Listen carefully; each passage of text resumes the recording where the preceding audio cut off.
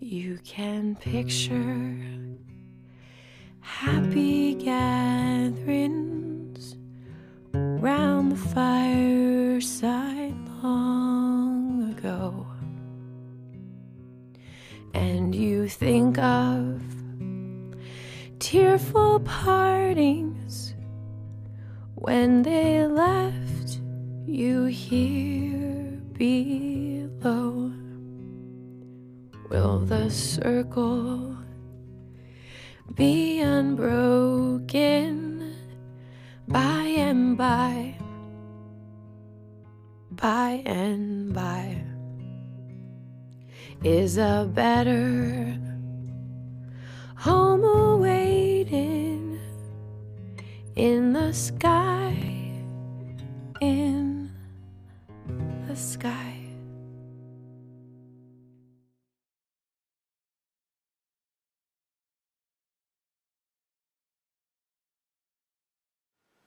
Hello guys, and welcome to What's the Scoop? This is a new segment, and it's going to be my main segments from now on this channel. I will be putting up general gaming videos. However, what I wanted from this channel is to do something different, something to get noticed. And I know a lot of people do this, but I hope to eventually go into more depth with the games. Since, as most of you know, I am studying journalism, and I want to go into gaming journalism. So when I give my points and opinions about a game, I'm going to try and make it as unbiased and balanced as possible. Tell you the good points, the bad points, and so forth. Now the game I'm reviewing today, it's not going to be in amazing detail just yet, but the game I'm reviewing today is my most anticipated game of this year, 2012, is Bioshock Infinite. I am a huge fan of the Bioshock games, especially number 2, where you get to play as a Big Daddy. I always love the Big Daddies in number 1, and I remember when I was playing it thinking, oh, I would love to be able to walk around one of those suits. Well, they answered my call, and in number 2 they made us a Big Daddy. However, Bioshock Infinite is a complete segue to the other 2 Bioshock games. They actually do not correlate at all. In fact, Bioshock Infinite is not even taking place in Rapture. Bioshock Infinite is taking place in a place called Columbia. And it's a city built by the US government in the late 1800s. And it's to serve as a floating World's Fair. Did I say floating? Yes. In this game, you fly. I'm not necessarily sure how you fly, or whether it's with machines or whether you yourself fly. Is there a special flying plasmid? Do they even have plasmids anymore? By the look of that trailer that you just watched, you use both hands to fire weapons and stuff, unlike in number 2, where you could dual wield both a plasmid and a gun at the same time. So this is going back to more the idea of number 1, where you had to switch between the plasmids and the guns, if there are actually plasmids in this game. I'm not quite sure just yet. Looking through all the specs of the game, I can't see anything on it. Now, to answer some general questions, who is the woman? The lovely young lady is called Elizabeth, and she was imprisoned in Colombia since childhood. And we don't really know much about her, but she is being freed by the main character, who you play as, Booker DeWitt, which is a bit of a strange name, but hey-ho. So that's where you're playing, that's who the 2 main characters are, and that's what you're doing. So what platforms can you play Bioshock on? Just like the other two even, you can play it on any platform. So Xbox, PlayStation 3, and PC, it'll all be available for you guys. So that's good. I like that they make it a multi-platform like that. So the engine that Bioshock is being built on is the modified version of the Unreal Engine 3. For all you more tech guys out there, that is what that's what engine this game is built on. So the weapons in Bioshock of what we know of is we've got sniper rifles, we've got machine guns, shotguns, pistols, rocket launchers. So apart from the sniper rifle, pretty much the same old as we've got in the other two, which is cool. I like the old classic guns. I did quite like the nail gun in number 2. That was pretty fun to use. I pretty much used that thing all the time until I got the shotgun. I love shotguns. Apart from in Modern Warfare 3, I really don't like the shotguns in that. But that'll be for another review. So that's the general outlook on Bioshock 3. And as you can see here at the bottom, this is the synopsis of what it's about. So it's a first-person shooter set in 1912.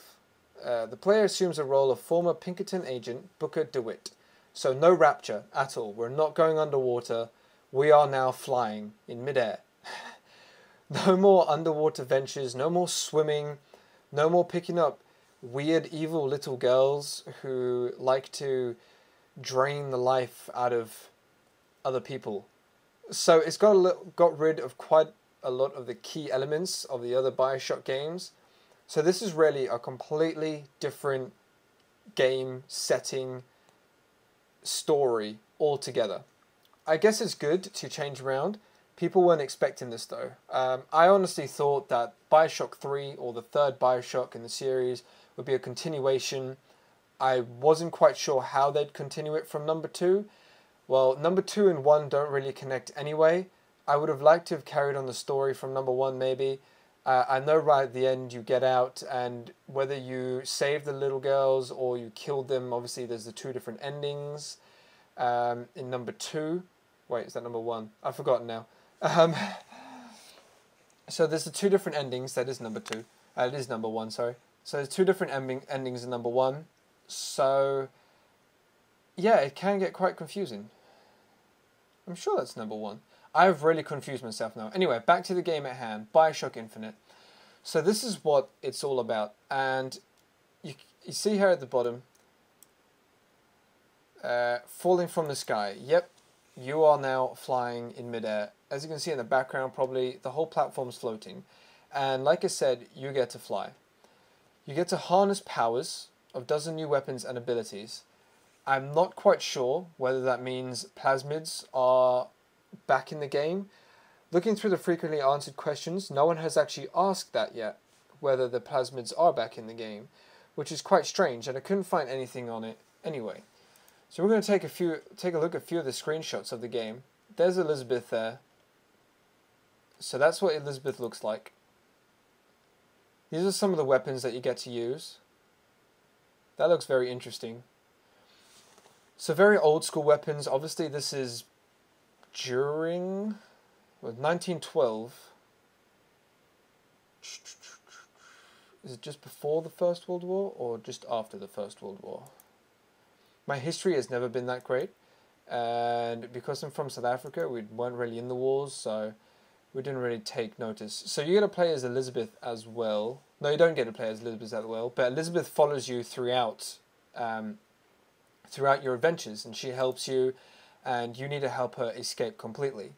No more splices, and now you've just got normal human beings, well, as normal can get in Bioshock. So no more weird splices jumping off walls and stuff, but a few of them can fly. These are the gunships that will rain fury down on you. This is what your interface will look like now. It's pretty much the same type of interface as the old Bioshocks had, which is good. At least it's familiar to most of the players, unless you're playing Bioshock for the first time. This is flying. Now, I don't know if they're just jumping or falling or actually flying. If they're actually flying, that now shows that you gain power to fly and you don't use flying machines. Again, that raises the question, are there plasmids? I think in this game it just brings powers and abilities instead of plasmids. So you don't have to go around injecting yourself with all these different powers to gain them. You just learn them as you play. This is the newest form of splicer. I guess it's like a flying human being. They're not cut up, they're not mutilated, and they're not driven mad by the power of the plasmids. They're just insane, and they want to kill you, because you're trying to escape this place, and they want to keep you here. It's as simple as that. This man, I believe, is one of the founders. And the founders are the people who made Colombia. Yeah, they're the ruling party of Colombia. So they're the ruling, yeah. So the founders are the ruling party of Colombia. They're the head, just like those in Rapture. More old school weapons, old school guns, old school people and all. This is the new Big Daddy, I guess you can say. This is a flying version of the Big Daddy, which means death can rain from above too. More brawls, more bar fights. In a way, it's a more, if you pardon the pun, down-to-earth version of Bioshock. Instead of mutilated splices, you're fighting human beings, okay, who can fly, but at least they're not weird-looking creatures. A lot of the scenes do look familiar, like they could fit in Rapture. Well, that's a bit weird, being eaten by a bird. Look at some of the buildings and the interiors, and you think, yeah, this could have been in Rapture, definitely. Especially stuff like that. Put it underwater, and it's Rapture. So those are some screenshots there. If you guys want to take a look at more of the videos and everything, then you can go to bioshockinfinite.com. It's pretty simple. There's plenty of wallpapers for you guys to download, if you guys like that type of thing. And they look pretty cool too. I'm not quite sure what that is though. I just saw that. That's the handyman. Again, you're going to have to find a lot of this stuff out for yourself, as the website didn't have much to show. I'm sorry I didn't have any gameplay for you guys this time, but I'll try when the game releases to get some gameplay and some more in-depth and factual-based answers to what I think about this game in a whole. I can't say much now, but all I can say is that I'm really looking forward to it, as I absolutely love the Bioshock series. And I want to see more from this game, and I definitely look forward to playing it in the future. I recommend, if you've played Bioshock before, definitely carry on the series, because if the other two have anything to show, it's that the makers of Bioshock definitely know what they're doing when creating a different and unique game. However, if you haven't played Bioshock before, then most definitely try and play 1 and 2 before playing this. Bioshock 1 and 2 shows a setting previously not really seen before. Like, where does Aquaman live? No, the underwater city. It's an underwater city called Rapture that I've mentioned a few times now.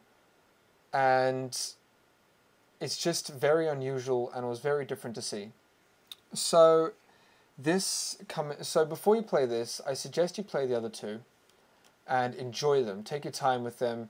Always look around. It's not really an RPG where, you know, you have so many choices to make, but there's still options to look around, pick stuff up for yourself, problem solving and everything. And I hope to see those same elements in this game when it comes out later during the year. Thank you guys for listening. I'm sorry if I waffled a bit as usual, but I guess that's just my style. So I'll see you guys around with another review of another game, and hopefully I'll have some gameplay for you guys soon as well. The next game I try to review, I'll definitely have some gameplay for, so you guys can watch that in the background instead of staring at the screen and me scrolling up and down like this constantly. And I'll see you guys soon.